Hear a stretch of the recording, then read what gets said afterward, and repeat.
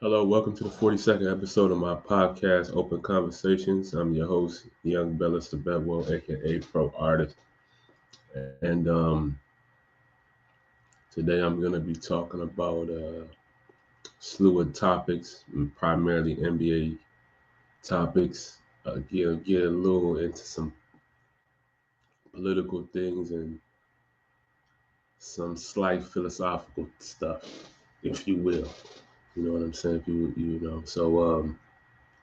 Like as always, I like to just get right into, the topics and stuff.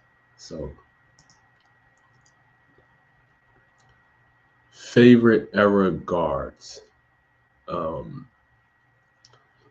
so I will give me add some context to what I mean. So I'm going to list five guards, NBA guards that are my favorite um, from their era, and so I consider an era about 4 to 5 years, give or take. Um, and from that time period, these guards were very elite in those 4 to 5 years.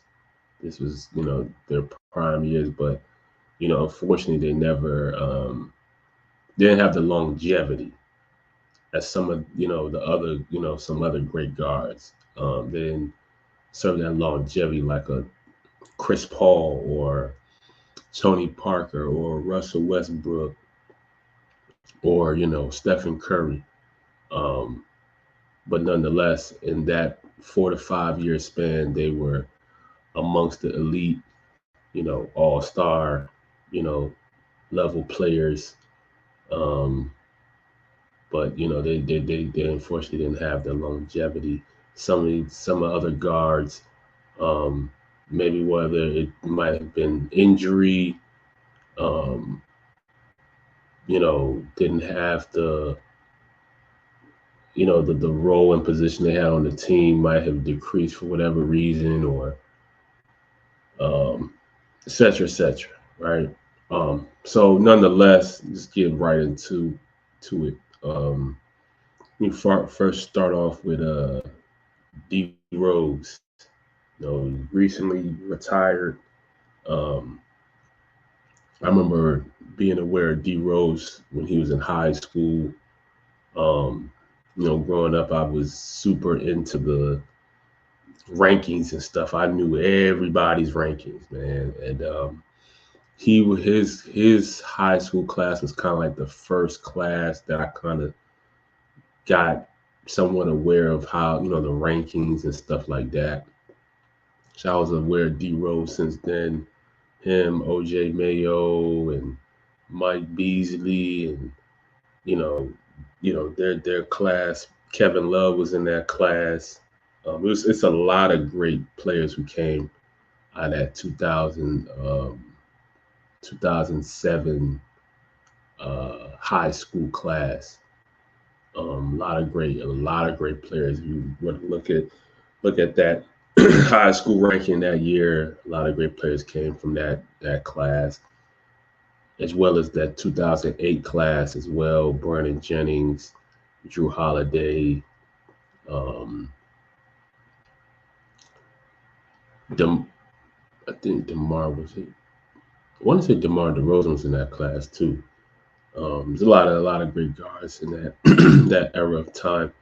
But yeah, D Rose, you know, his time in you know, two to three-time All Star with Chicago, um, MVP. I mean, he was just completely unguardable in his prime time era. Unguardable. Couldn't guard this guy at all. I mean, I would say honestly, um, you had to take every point guard in their prime and match them up. I honestly don't think there's a point guard that could mess with D Rose, like ever. Um, just the way, the explosiveness, the speed, the strength. strength, the skill it was different. You know what I'm saying? It was just totally different. And D Rose really was a force out there. Um, and he was just dominant, in his time, in his prime time, era. So gotta go. I'm starting off with D Rose. Then my other guard I'm gonna name is Baron Davis. He was a dog. Whether when he was with Charlotte, Golden State Warriors, BD with that We Believe team with Steven Jackson and Matt Barnes, Al Harrington, Michael Petras. That's one of my favorite just NBA teams. 'Cause I remember that run, that season, them beating Dallas Mavericks, Baron Davis doing the overhand dunk, and Steven Jackson, dusting him off. You know what I'm saying? I still remember that game, and it was like I said, one of my favorite teams, and BD was pretty much the leader of that team on the court. You know what I'm saying? Um, he was just dominant. He didn't have any weaknesses on the floor. Baron Davis could shoot the three. He could do the mid range. He could dunk on you. He could drop dimes on you. He could, he had the whole package. You know what I'm saying? He had the strength, speed, the athleticism. I mean, it was just nothing you could do with this man. You know what I'm saying?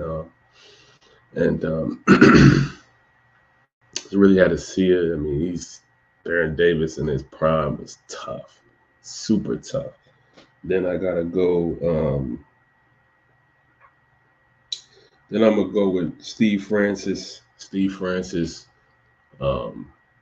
complete dog with Houston. Houston Rockets, Steve Francis. People who know that time, a complete dog. Like ISO, just have you on the island, break you down, get a bucket.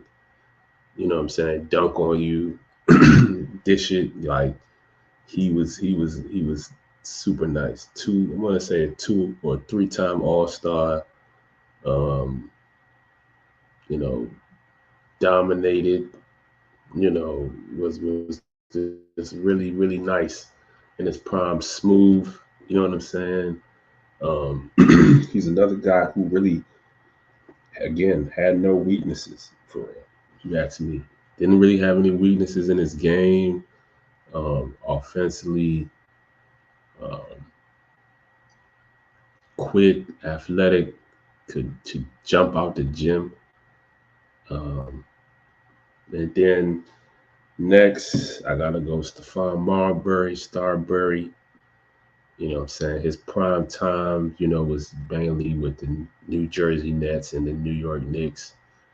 He had some good times with the T Wolves when he was playing with KG, but that really wasn't his prime time. But Stephon Marbury was a dog. Again, a guy who really didn't have much, if any, weaknesses in his game offensively. Should shoot the three mid range, dunk on you. There's another dude could dunk on you, finish, dish, get other guys involved. Um, Tough guard out of New York, playing with that grit. Stephon Marbury was a dog. So I gotta go put Starbury in there. And lastly, I gotta go and put Gilbert Arenas, Hibachi. Anybody who not he could dunk on you, but he wasn't like the other 4 guards I named that were just super athletes, jump out the gym type guards. But Gilbert, big guard, 6'3", 6'4", scoring machine, like just a offensive, just a, you know, just had a arsenal of offensive assaults that he could go to. I mean, he was a scoring savant, in my opinion. He really kind of was one of the pioneers of the scoring guard. You know, you had Allen Iverson, who kind of, in a real all reality, he was kind of the first scoring just point guard, and Gilbert kind of was kind of like another person. He's still an early bird to that kind of wave. I would say he probably like the second guy, at the point guard position who was just an offensive, just juggernaut. Um, he could shoot the three, mid-range work, get to the rim, great, from the finish, from the free throw line. Um, could was witty enough to draw fouls and stuff like that. Gilbert was tough. Gilbert was very tough. Um, Offensively, had led the Wizards to some about two good years. Um, took them to the playoffs. Made about, I want to say, about 3 All-Star games. Um, Gilbert was super tough. All these 5 guys, man, if they had the longevity, if they let's say they could have played at this level for at least 10 years, 100%. I think these guys would all be Hall of Famers, um, without question. I think the fact that they, the time in which they were playing at the level that they were playing, kind of, you know, is a limiting, factor for them to, get into that Hall of Fame. But nonetheless, man, to be honest, I mean, I know these dudes could bust a lot of dudes who's going to the Hall of Fames, you know, but you know what I'm saying? Um, on the court, like they just, like I said, they didn't have the longevity as certain guys. Like, Tony Parker's a guy who's gonna be a first ballot Hall of Fame. To me, I think Tony Parker's a first ballot Hall of Famer. Um, you look at his resume, the longevity. But in could he mess with any of these guys in their prime? No. He couldn't do nothing with none of these guys I named in their prime. They getting destroyed. Tony Parker is getting destroyed, in my opinion. And there's no disrespect to Tony Parker. I think he's really good, but like I said, he's a Hall of Famer, first ballot. But these dudes that I just named and they prime versus Tony Parker prime, couldn't do nothing.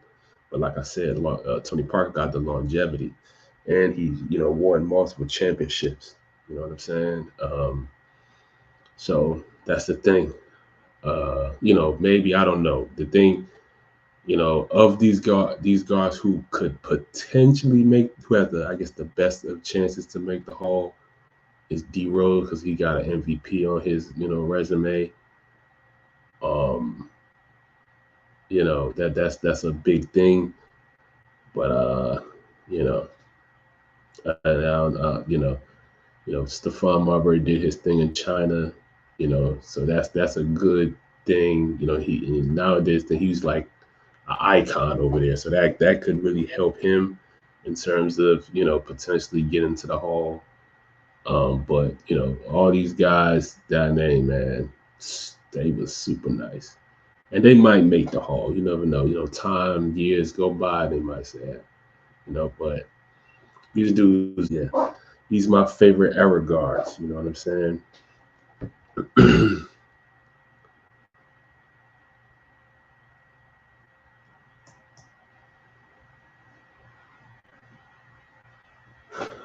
Tyrese Halliburton or Lamelo Ball. So I recently kind of got this concept, this topic from Austin Rivers. Seen a little clip about him talking about Tyrese Halliburton, Lamelo Ball. Shout out to Austin Rivers too. Fan of his, been a fan of his since high school. He came out my high school class, 2011. He was the guy coming out from my class. You know, when he was coming out, he was that guy. Hall of Fame high school mixtape video. But you know, I really respect and like Austin Rivers' game. I always have. Throughout his career, you know, people gave him flack about obviously being the son of Doc Rivers, like he couldn't ball. Like his guy could ball, you know what I'm saying? He could ball, you know. Anybody who can put 40 in an NBA game is a hooper, like is a flat out baller. You know what I'm saying? Buzzer beater versus Tar Heels, like, you know what I mean? I remember that game. But anyway, he was talking about, you know, Halliburton and LaMelo Ball, and he was basically saying he would take LaMelo Ball over Halliburton, and I was just my opinion, and I, you know, that's his opinion. His opinion. I think LaMelo Ball has a higher upside than Halliburton. I think right now their games are very close and similar. You know, they both kind of have like a unorthodox shooting form in some capacity, if you would have to say. It goes in nonetheless. Um, they're very, you know, lanky guards, tall, lanky guards, great court vision, um, can score. Um, I think LaMelo is a little bit more creative and flashier with his game, slightly. Halliburton can be, you know, he got his little flash to him, but I think LaMelo's a little bit more, you know, got a little bit more flash and style to his game. Uh, I do think, you know, Halliburton's his game's a little bit more mature, slightly than LaMelo's, but that's why I would say that I think Halliburton currently at this very moment, I think is the better player at the very moment. But like I said, his upside is higher than LaMelo's upside is higher than Halliburton. I think LaMelo Ball is going to be playing at this level and potentially at a higher level at a longer time period than Halliburton. I'm not sure how long Halliburton's going to be able to play at this all-star level that he's been, you know, playing at. What the longevity of that's going to look like. That's to be seen. Um, but I think if I was a GM and I was like, okay, I had to pick of the two guards to, you know, start my franchise, have a, you know, a point guard as, you know, the franchise guy, my point guard. I'm a pick Lamelo. I'm gonna pick Lamelo over Halliburton. Um, you know, their games are very, like I said, even at terms of stature and where they're at, and you know, stuff like that. They're very close. But if I'm a GM, I'm gonna pick Lamelo Ball.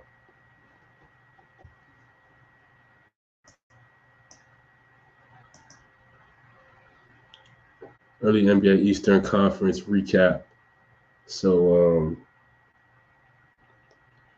So thus far this season, we've had been pretty interesting. Um, Cleveland Cavaliers is undefeated, 8-0 right now, first in the East. Boston Celtics 7-1. Miami Heat 3-3 at the third position. New York Knicks 3-3, fourth. Brooklyn Nets 4-4, they're fifth. Chicago Bulls 3-4, they're sixth. Indiana Pacers 3-4, they're at seventh. Orlando Magic 3-5, they're in the eighth spot. Atlanta Hawks 3-5. Atlanta Hawks 3-5, they're at the ninth spot. Then you got the Detroit Pistons 3-5 at the 10th spot. And I'm not gonna go past that. No disrespect to any of the other teams, but uh,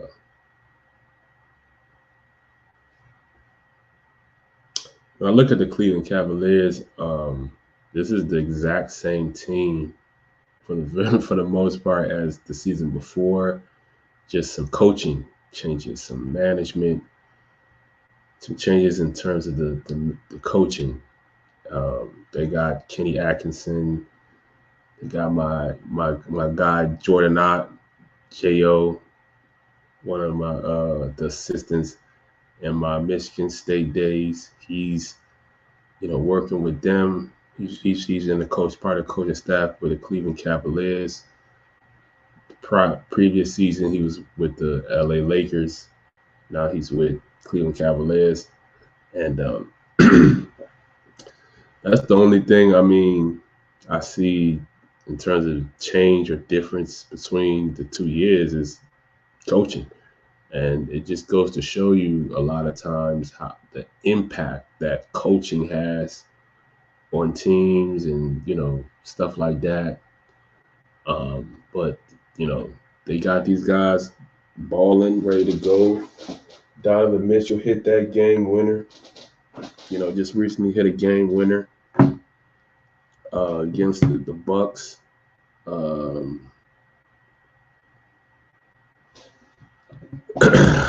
Evan Mobley's doing his thing.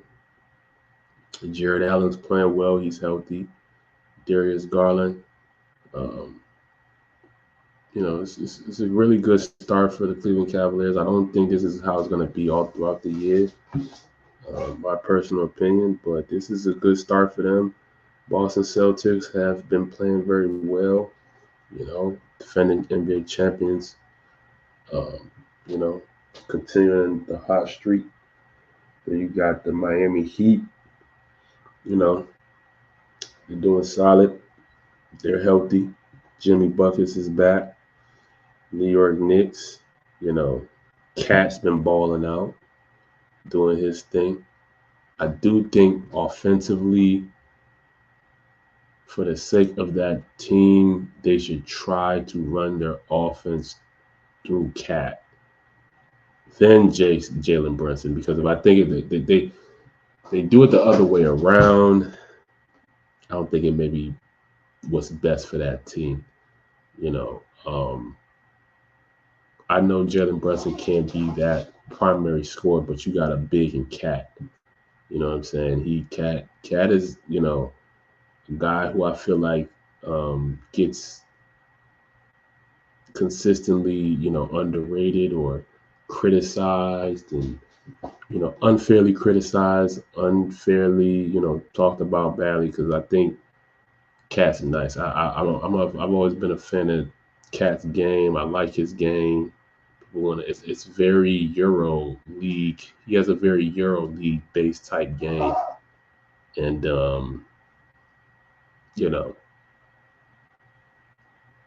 I think it's cool. I like his game. You know what I'm saying? Some people want to consider it soft. I just think he's nice. He's a very skilled big. Can shoot the lights out of it. So I think that Cat should be the primary focal point for their offense. It should be Cat first, then I would say JB, then you go Mikal Bridges. So yeah, it'll be interesting to see how this all pans out though.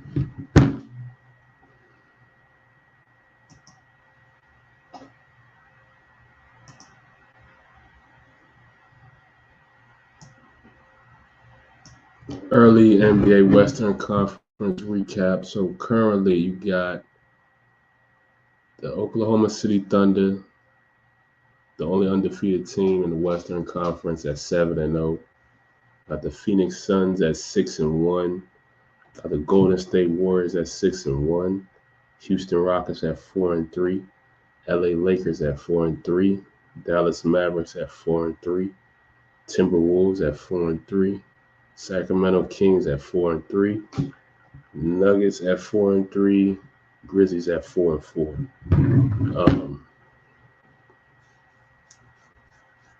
Of course, as you know, Western Conference is super competitive. Super competitive as usual. Everybody, all 15 teams got some great talent on each team, and it's gonna be tough battle, throughout the season for who gets position and stuff like that.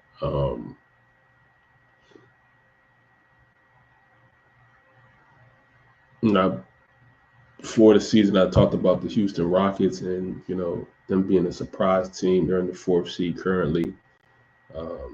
They've been playing ball, doing their thing.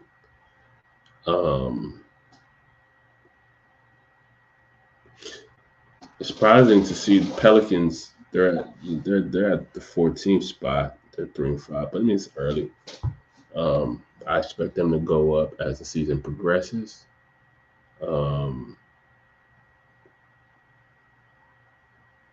Warriors have been doing very well. Fortunately, Steph Curry got injured, so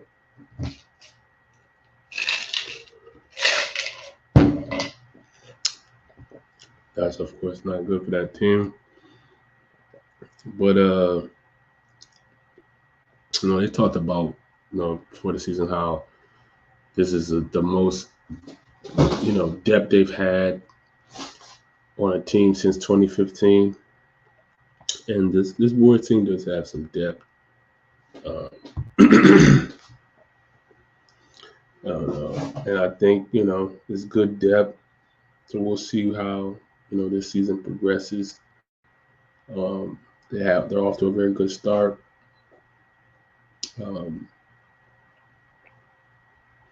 LA Lakers at the 5th spot. Dallas, the 6th spot. And we'll see how the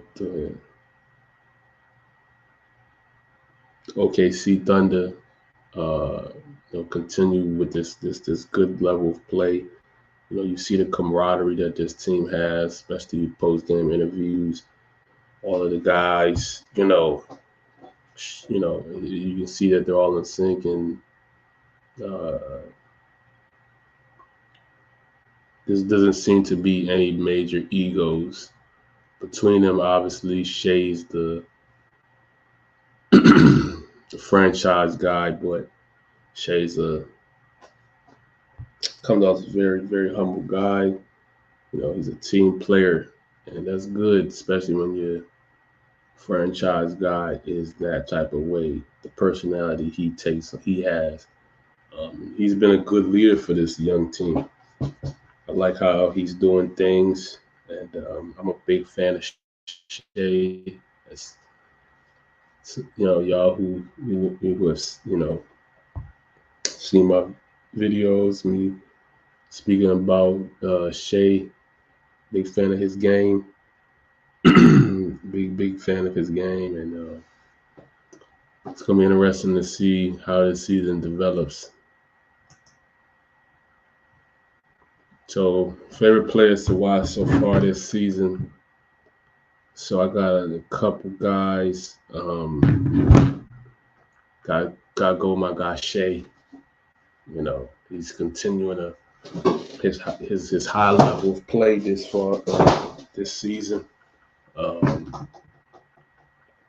just with his scoring ability and leading his team, putting guys in position. Um, he's done a great job of that. Um, it's just I enjoy to watch his game, the herky jerkiness of his game, the wittiness of his game, um, the elusiveness of his game, the shiftiness of his game. Um, I'm a big fan of his game a lot. Then you got to go Ja Morant. He's just been just he's been, in my personal opinion, the best player this so far this year. I mean, the things I've seen this guy do, um, I'm just like, wow, this guy, he is a highlight reel. Like every play he makes is just like a highlight. He just did two 360 layups today. I'm just like, this is just like a high, everything, all his buckets. He'll have like 20, 25 points, 30 points of just highlight tough buckets. Like nothing easy, just like, just all just tough finishes and dunks and, step back three. It's just like, man, I'm a big fan of you, brother. Um, keep this high level play. Stay out of the nonsense, dog. Because you got it, bro. You got it, bro. You out here going crazy, dishing, diming, all kinds of just tough dimes too, highlight dimes. Like I said, he's been playing like the MVP this so far this year for real. Um, so yeah, Lamelo been going nuts. Just one leg threes and step back threes and just all kinds of just highlight. He's another highlight reel. You know, them Lamelo Ball and Ja, man, them boys is just highlight reels. Like you know something dope is gonna happen when these guys is playing. Um, so yeah, Lamelo and Edwards. I mean, the brother just gets better and better every year. I mean, I ain't gonna lie. I kind of, jury's always out. I'm still figuring out players and seeing them play. I'm like, let's see how this pans out, right? You know what I'm saying? Um, so yeah. Ant-Man, uh, keep doing your thing, bro. Keep coming out here and busting these dudes. You know what? And keep getting better, brother. Because I see it, and I'm a fan of it. And I just want you to keep on doing your thing, bro. Because you doing it. You is really doing it. And I want to see you keep it up. Then I'm gonna go to Luka Doncic. That boy's a flat out bucket. That boy's a bucket.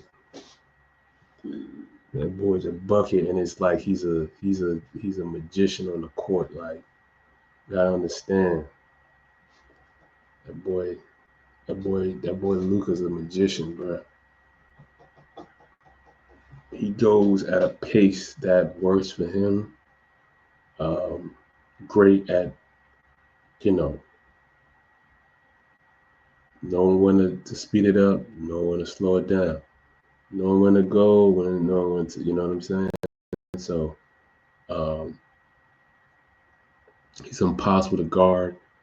He's so crafty and nifty.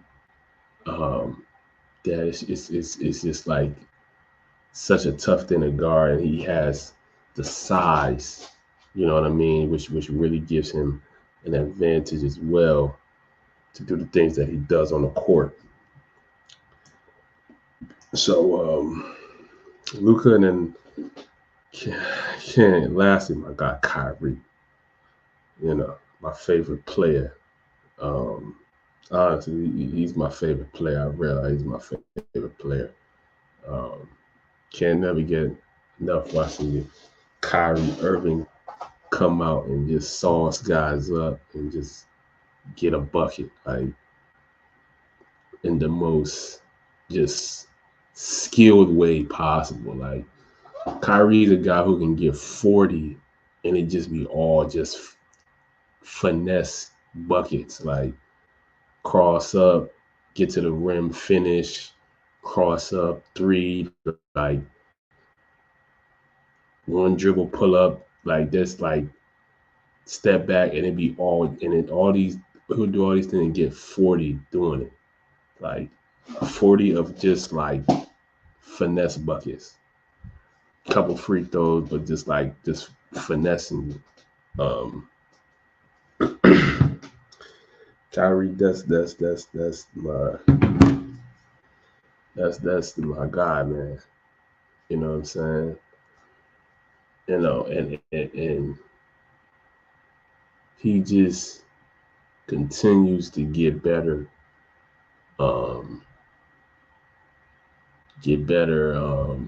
and show why he's, the player that he is, and greatness, you know what I'm saying, that he is, you know what I'm saying? So yeah, these are my favorite players to watch so far this season.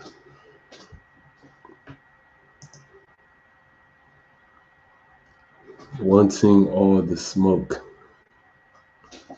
Yes. I want all the smoke when it comes to the game of basketball, man. This is just my personal, I guess, announcement or whatever, however you want to call it. Like, when it comes to this game of basketball, I want all the smoke. You know what I'm saying? Whoever want to get on the court, hoop, whatever time, place, I'm with it. You know what I'm saying? Whoever. NBA guys, college guys, overseas guys, local guys, this, rec guys, LA Fitness, this, league guy,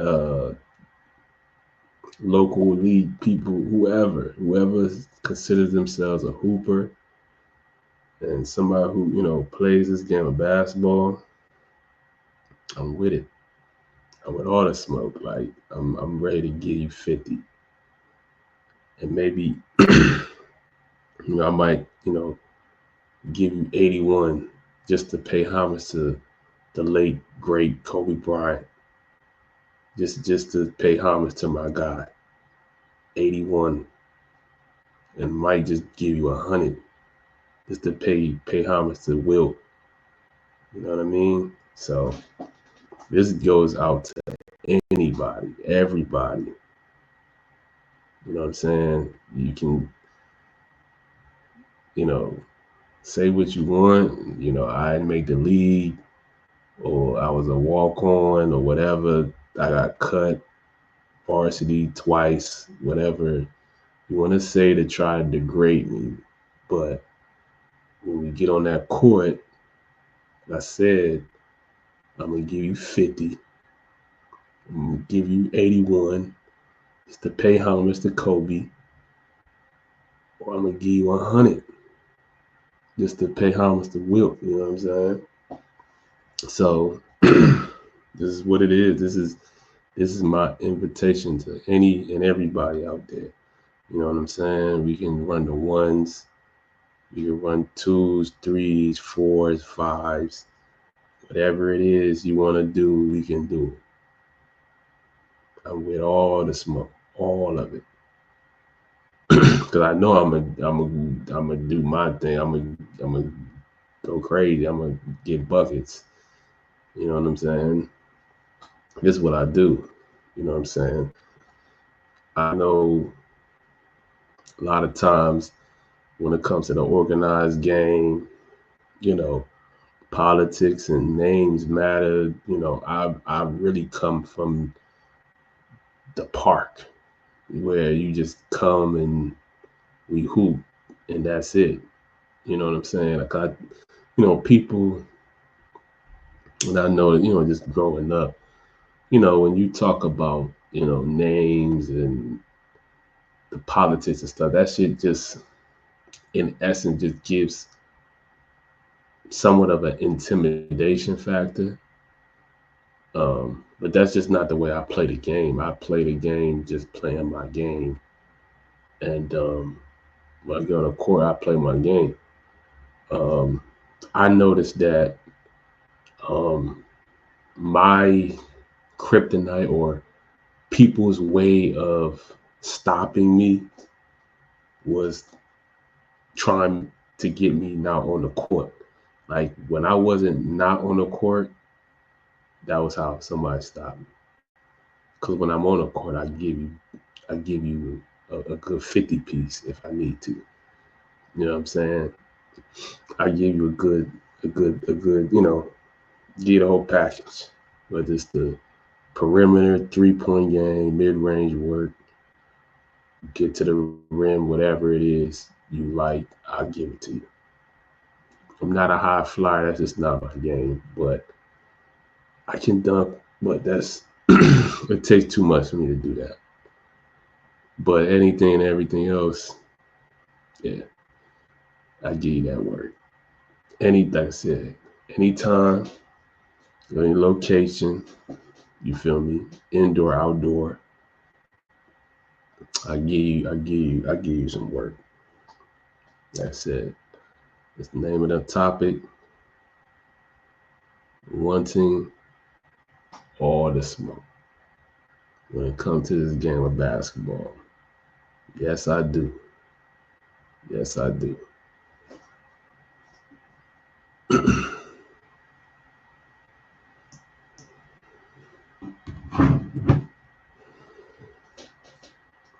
Why Dennis Schroeder isn't an all-star. So Dennis Schroeder, this is not all like like some sort of slight against you. Dennis Schroeder is actually one of my favorite point guards in the league.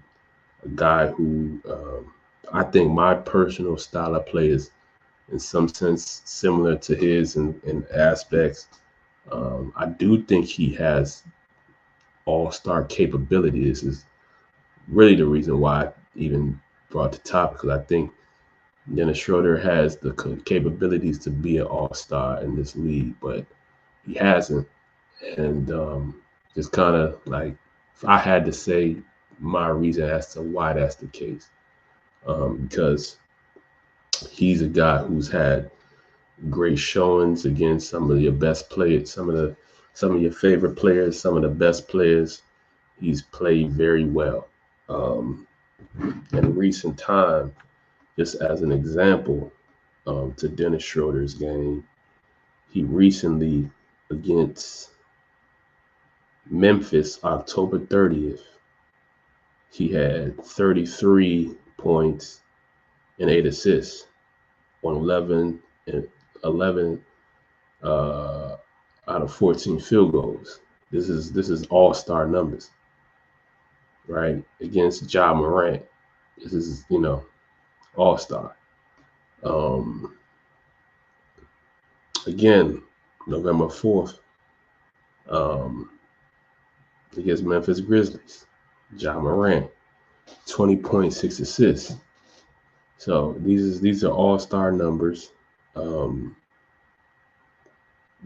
against, the elite player, you know what I'm saying? An elite player, in terms of the matchup. So he's shown that he can play at an all-star level, but why isn't it that he's getting that nod during the all-star breaks and stuff?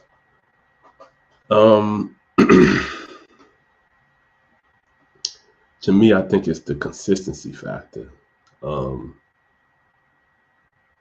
he does show some signs of inconsistency a lot of times. Um, in my personal opinion, I think that he can be inconsistent with his play, and like for instance, I'm gonna give you a timeline from October 3rd to November 4th. So October 23rd against Atlanta, and this is in 34 minutes, 13 points, 5 for 16 from the field, 7 assists. Decent, kind of game, right? In the next game, against Orlando, 32 minutes, 20 points, 7 of 12 shooting, 6 assists. Good game. Very good game. Next game against Milwaukee, 29 points in 35 minutes, 8 for 15 from the field, 6 assists. Very good game. All-star game. Next game, 28 points, 42 minutes versus Denver Nuggets, 14 assists. All-star game. Next game, Memphis Grizzlies, 34 minutes, 33 points, 11 for 14 from the field, 8 assists. All-star. So he had 4 games of all-star numbers. Now we get to November 1st, Chicago, 33 minutes. Same time, 9 points, 4 for 12 from the field, 7 assists. See the drop off. Then the next game against Detroit, 33 minutes, 7 points, 4 assists, 3 for 7 from the field in 33 minutes. Drop off. And then recently, November 4th, versus Memphis, 34 minutes, 20 points, 7 for 15 from the field, 6 assists. So good game. So that's the thing with Dennis Schroeder is mainly the consistency thing. He can be inconsistent with his numbers and his productivity, and I think that's what is kind of like the thing for him is the consistency. Can he show that consistent high level of play? You know what I'm saying? Throughout the season, you know what I'm saying? Of course, you're gonna have some bad games. I'm not gonna take away. You're gonna have some bad games. You know what I'm saying? You're gonna, like the 2 games he had that I mentioned, versus Chicago, where he had 9.7 assists, Detroit 7 points, 4 assists. It's going, if you're an all-star, really all. These kind of games will happen, but it's rare, very rare. Out of 82 games, this should only happen like if you're an all-star, right? You're a perennial all-star. This should happen like out of 82 games, maybe 4 or 5 times.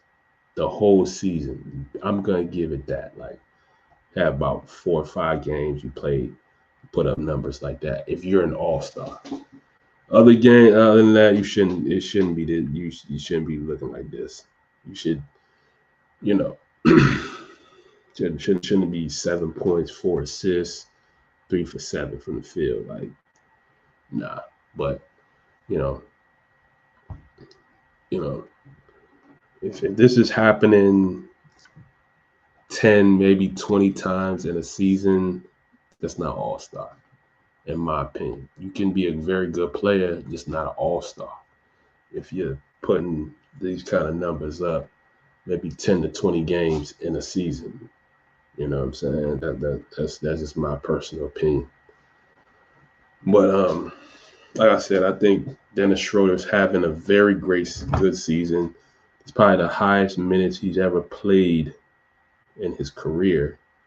I think that's part of why he's having a lot of success um, with the Brooklyn Nets. He's getting 35 minutes, 34.8 minutes a game, which, rounds up to 35 minutes. He's averaging 19.9 points, so 20 points a game with 3 rebounds and 7.2 assists. So he's averaging 20 and 7. It's very good. That's all-star numbers. If he can maintain these numbers um, throughout the season, and Brooklyn Nets are let's say a 4-5 seed team, I think he has a very good chance of making his first All-Star game. But again, the consistency has to be there, and he gotta put this Brooklyn team into a good playoff seeding position, and if he does that, I do believe he will make an All-Star game.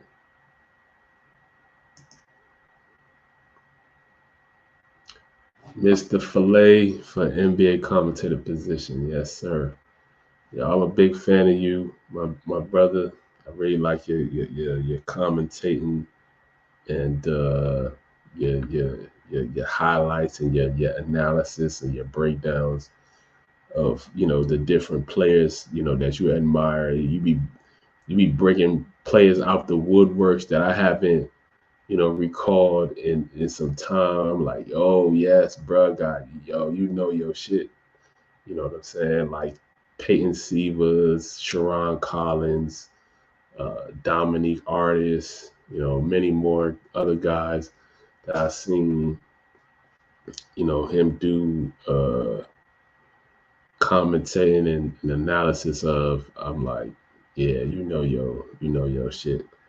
But I'm a big fan, bro. Yo, commentating is lit. Like, I be, I be like, yo, if you was commentating games, I watch every NBA game, bro, because you be on point with it. Like, you got the lingo down pat, and the lingo, and you add your own flavor and twist to it that that I like. So yeah, shout out to you, bruh. And yeah, man, I would, it'd be great to see you in that and as a commentator for the league, bruh, because I think it'd be dope for you. You know what I'm saying? And if you want to get some work in, bruh, let me know too. I'll give you some work too. I'll give you the fillet. You know what I'm saying? I give you the mid range work. I give you some laid chips. You know what I'm saying?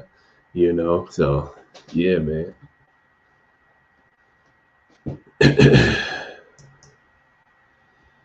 So let's swing gears a little bit. So get a little political.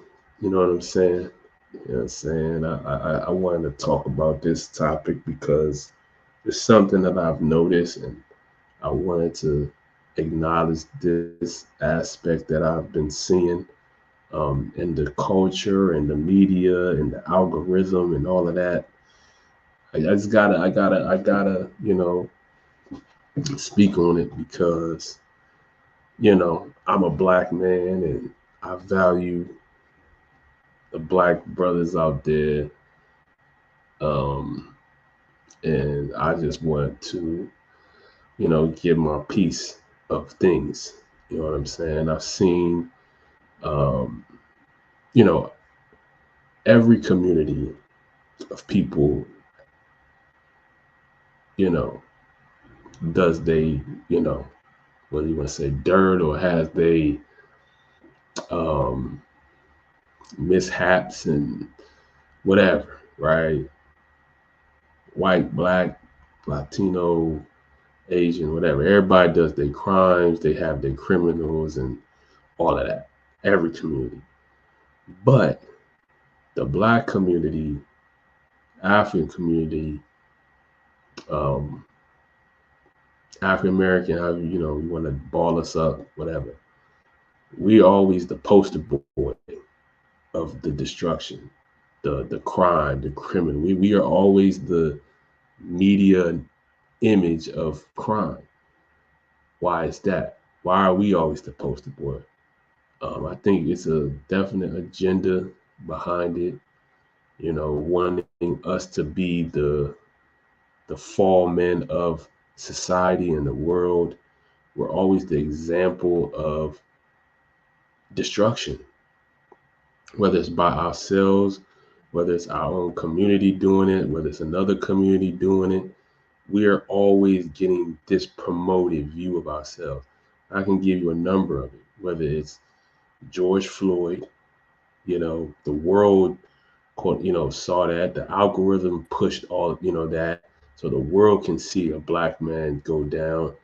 Uh, um, George Zimmerman and Trayvon Martin, the world saw how, a black man went down, young black boy, black man, um, his life be ended. The world saw that.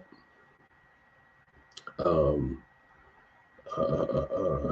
in recent time, everybody, Diddy, and I'm not excusing, if I don't know, look, look, you're innocent to prove it. I don't know. I've always just been a fan of Diddy. I grew up on Diddy. Um, to this day, I'm not one of those guys. I'm not a switch up guy. Like, I still am a fan of Diddy. If what he's been accused of, he's guilty of. I think he should be held responsible for what he's done. But Diddy, he's all over the algorithm. Everybody, oh, all these people now all of a sudden they know. Oh yeah, Diddy did this, Diddy did that. What was all of this months ago? Well, why wasn't you saying this months ago? Why weren't you saying that last year? Why is it now when you see him going through what he's going through and he's having the problems, now you want to, this, that, and the third, and this is not just, you know this is the black community, tearing them down too. You know what I'm saying? But you see the promotion of it anywhere. Oh, Diddy this, Diddy that. These large media corporations know what they doing, trying to make Diddy, you know, this super bad guy and promoting, being promoted everywhere. And like I said, I'm not trying to excuse him if he actually did these things, but it's the promotion of it, right? It's all over. You know what I'm saying? When people in other communities do their crimes and things like that, they don't get this kind of mass promotion. It gets hushed. Only reason why Harvey Weinstein had any promotion of his own acts is because it was, famous celebrity people involved. People wouldn't have talked about that. Epstein, same thing. They wouldn't have talked about that. You know what I'm saying? When you know, and I don't have no, I'm not racist against white people, but just keeping it real, being honest. White people have their things. It doesn't get any promotion. People in the community did. It's not everywhere. Look at, Lil Durk. He just recently got his jam. It's all over. He just got locked up. Every media algorithm is talking about how Lil Durk got locked up. And again, I'm not sitting here to say what he did was right per se. If again, innocent to proven guilty, I don't know the facts, but it's everywhere. Black man gets locked up. Everybody's talking about it. You know what I mean? Uh, when Young Thug was going through his thing, he just recently um, got released, but everywhere, oh, Young Thug, YSL, they all get locked up. Everybody's talking about it.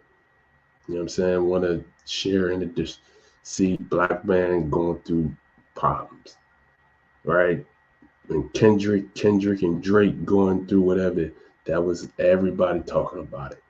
Two black men going at it, going at each other, trying to destroy each other, defaming each other's name. The world is just celebrating. Everybody wants to be a part of it, right? Everybody want to be part of it. You know what I'm saying? When Kanye goes through his at times his meltdowns public, it's all over. Why isn't it all over when Kanye donates to George Floyd? He got a little publication, but wasn't all over. But when Kanye does certain things, he gives to the African, to certain countries, Africa. Why does that get any promotion? When Dame, stuff about, Dame Dash just opened a network, TV network.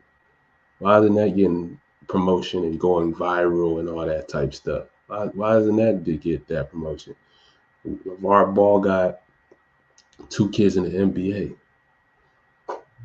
Why isn't he got 1 kid into UCLA, played G League, played overseas.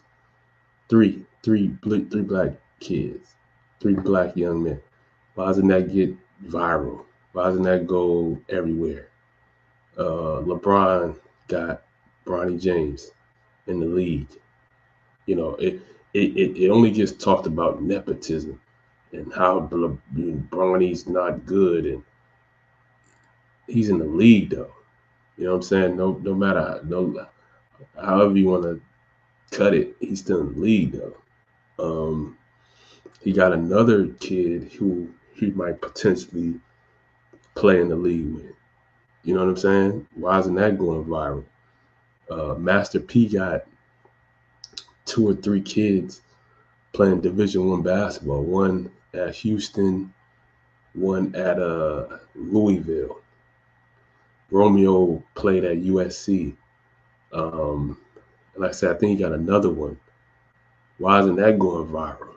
Master P opened up, cereals, business with cereals and chips and stuff like that. Why isn't that going viral? Why isn't that the talk of the town? When black men are progressing things and being a good influence, why isn't that go viral? Why isn't that getting the acknowledgement, like when we're going through destruction, when we're going through hard times? And a lot of times, I'm not going to just sit here and say it's these corporations, these major corporations promoting, because they are the backbone of the promotion and all that type of stuff, because they are the owners of these major corps. But unfortunately, it's our own communities, our own people who fuel this this energy. You know what I'm saying? When black men are going through, hard times, if you want to call it, going through challenges and trials and tribulations, we're the main ones who, and a lot of times, be happy and talking about it and this, that, and the third. And, you know what I'm saying? And again, man, I'm just somebody who wants to see black men progress and do well and thrive and stuff like that.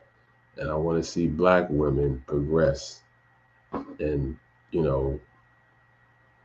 get better and thrive and all of that. I want to see black people in general do well and do great things.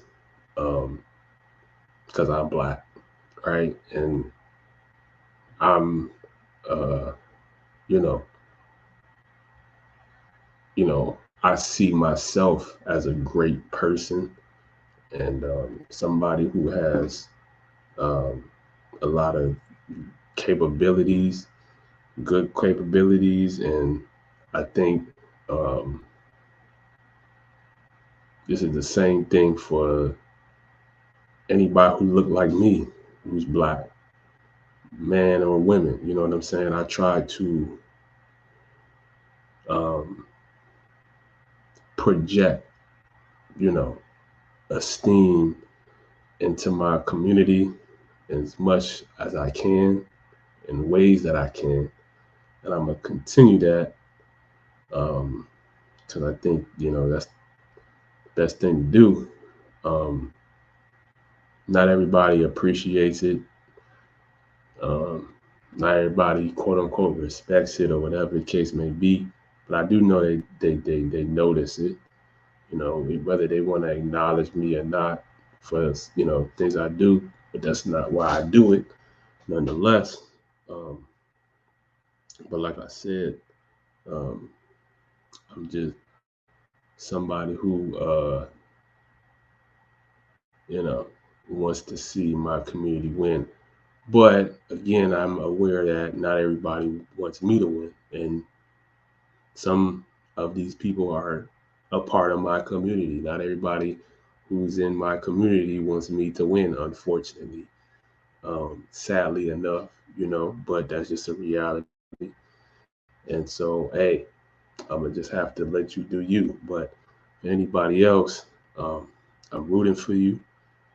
Um, and I want to support you, black men and women, and as well as other cultures and communities. I'm not one of those type people who doesn't have love and support for other communities. I love other communities. I love the white, Caucasian, European community. I love the Latino community. I love the Asian, but I love my black and African community the most because that's what I am and that's who I am. So yeah.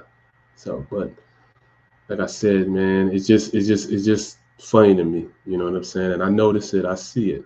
And I know there's a lot of people who see this as well. Maybe they just don't say nothing, but I noticed this whole this paradigm where we black men are always the poster boy for destruction and the bad when we do a lot of great things in the world. A lot of great things, and a lot of times it doesn't get the acknowledgement it deserves. And so I just want to give acknowledgement to the brothers and the men out there, black men out there who are doing great things for their community and families.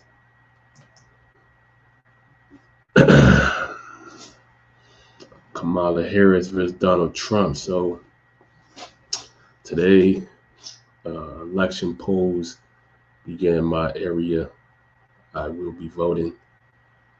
I've heard, I'm not much of a political guy. I know a lot of people, if you watch my videos, listen to me, I'm not much of a political guy, but I nonetheless understand the concept of politics, believe it or not. And I think I do better than the political people who are political. But I just want to give some transparent, to be transparent and, I don't mind giving my own uh, thoughts on who I'm going to vote for, and that's going to be Kamala Harris. I will be voting for Kamala Harris today. I think she's the best candidate at this position between the two. I think she will represent the not only the black community but the whole country in the best way possible. Um, We've seen what Donald Trump did in his time, and very controversial, to say the least. Um, you know, they do, some good things. I'm not a biased person. I'm very objective. So yeah, he did. You know, those stimulus checks did help a brother out during that time period. You know what I mean? But I think I would rather go with Kamala Harris. I think it's just the better um, fit for this time period. Um, and I'm considering myself a very, relatively honest guy. And she's black. She's a black woman, and I'm black, and I want to support my community. Um, Not nothing against the white community or any other communities, but that's just what it is for me. And that's one of the main reasons. That's probably the main reason for me. But there's a little ancillary thing. I don't really know. Be honest, I don't know too much about the policies and what who's gonna do what. And, you know what I mean? I'm an entrepreneur, business guy. So what goes on politically, to some degree, it does have some effects, but not really. Uh, so um, yeah, you know what I'm saying. I want to support my community. You know what I'm saying?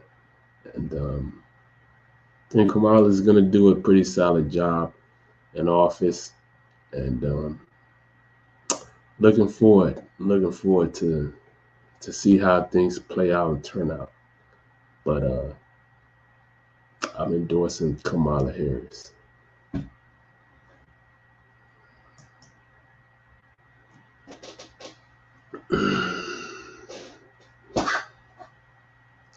Is perception reality?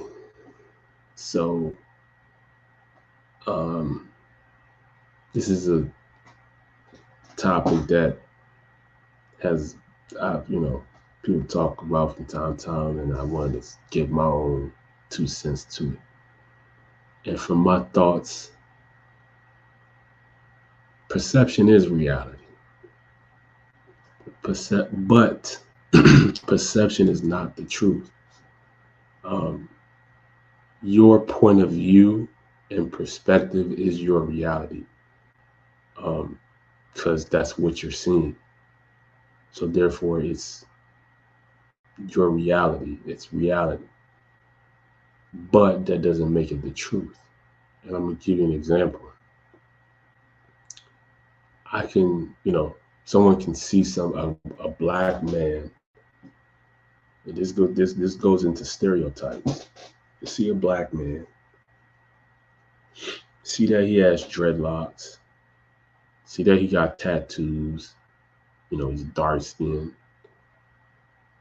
got some Timbs on, and, a white beater, some jeans, and it's like, yo, he's a thug, right? Because that's what you're seeing. You're seeing this. You're seeing the perception of this guy.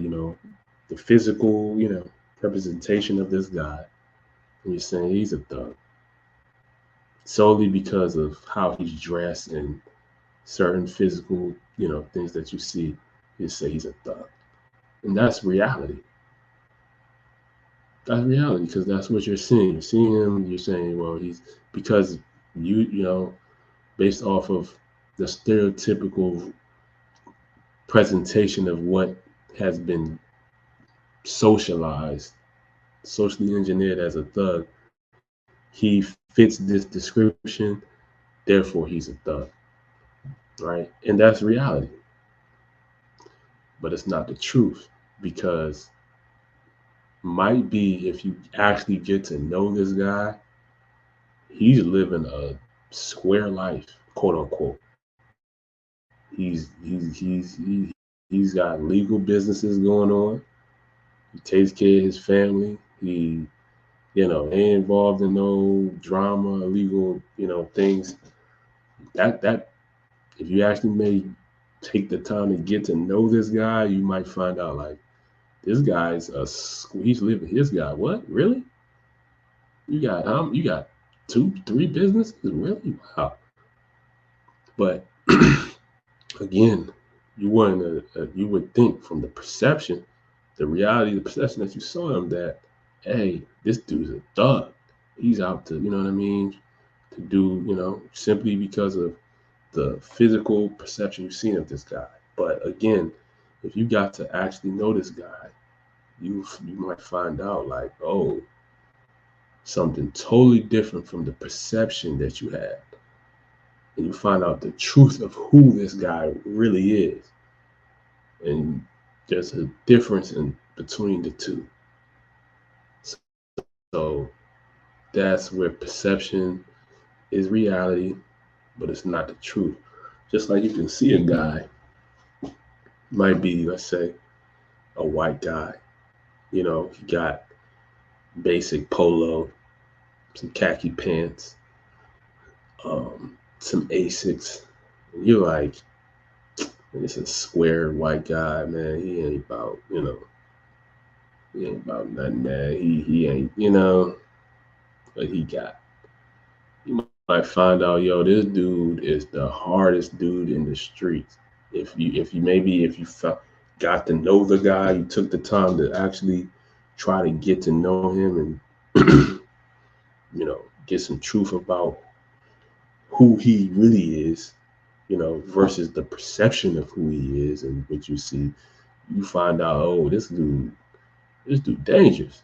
Like, what the hell? Like, I didn't know I didn't know Bill was, you know what I'm saying? I didn't know Bill was moving like that in the streets, but he had just, he didn't have anything that made you perceive him to be of any danger or threat, right? Simply because you looked at him and you perceived him a certain way without really knowing who he really is. And so, again, this speaks to my point of perception not being the truth. Perception is, yes, your reality, because that's what you're seeing, that's your point of view, but it's not the truth. Your perception can fool you, man. And this is what fools you. This is why, for me, especially when it comes to social media, I might, I might see a person's profile and I can get a gauging or understanding of what the interest of a person is, but that doesn't mean I really know you personally. Like, I don't know the truth of who you are. I don't know the truth of who you are. Yes, I know things about you, but do I know the truth? This is just the perception. This is the perception that you are presenting of you to me and the world. Does not mean that's the truth of who you are. This could just be a facade of imagery, or it might just be who you are. But the fact of the matter is, you have to get to know or find out to know. Because sometimes there are cases where, again, I'm going to give you the same scenarios where you might find a person who, quote unquote, got dreads and got tattoos all around him and tattoos in his face, and he really is a, quote unquote, thug, gangster, and all of that. When you actually get to know him, you have to get to know the person. You have to find out the truth of who they are to then know, like, oh, all right. And you can see that same Bill, he has a regular basic polo, some khakis, and some Asics, and he really is a square.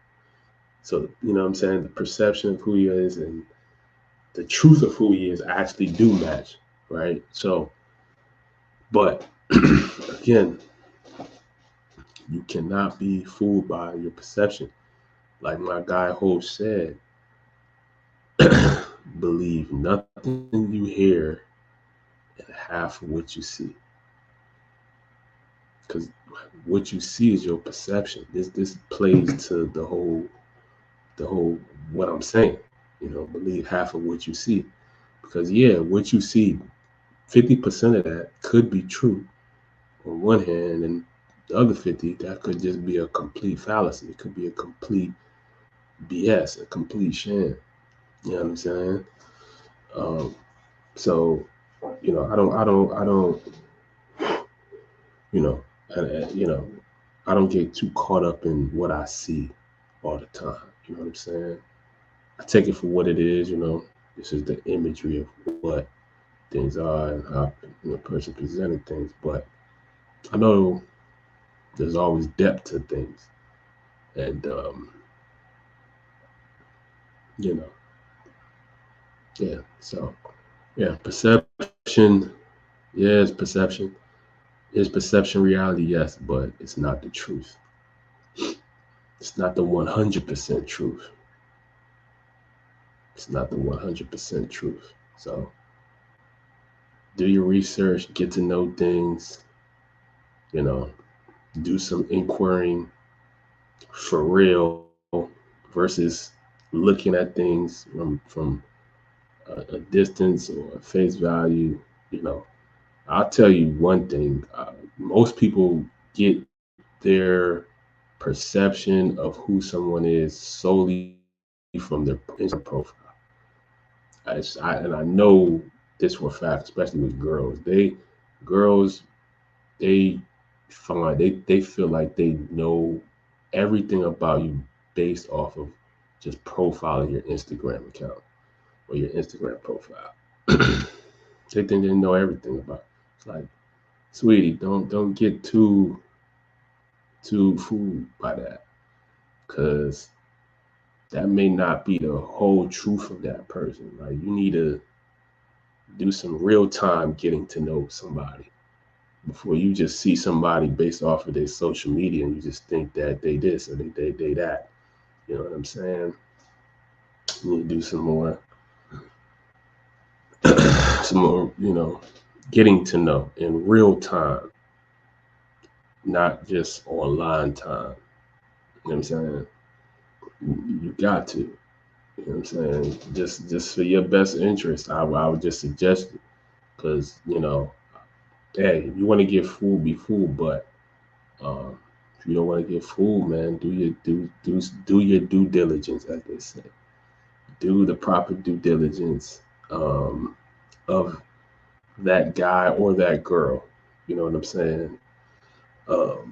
So, again, people you see all the time, people portray all the time they're in happy relationships, and then you find out the truth of the matter. It's like, oh damn, y'all on horrible terms, but y'all creating this perception or image that y'all the lovers of lovers, and then you find out the truth, and it's like, damn. So, you know,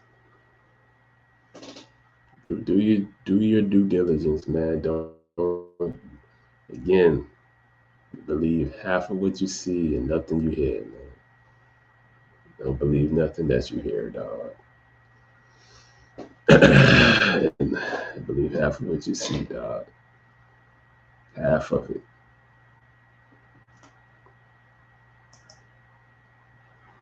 So that's the end of my 42nd episode, man. Glad that y'all listened, and hope y'all, took some things and apply some things to y'all life and y'all lifestyle, man. Hope y'all enjoyed this video, man. Until next time, have a good one.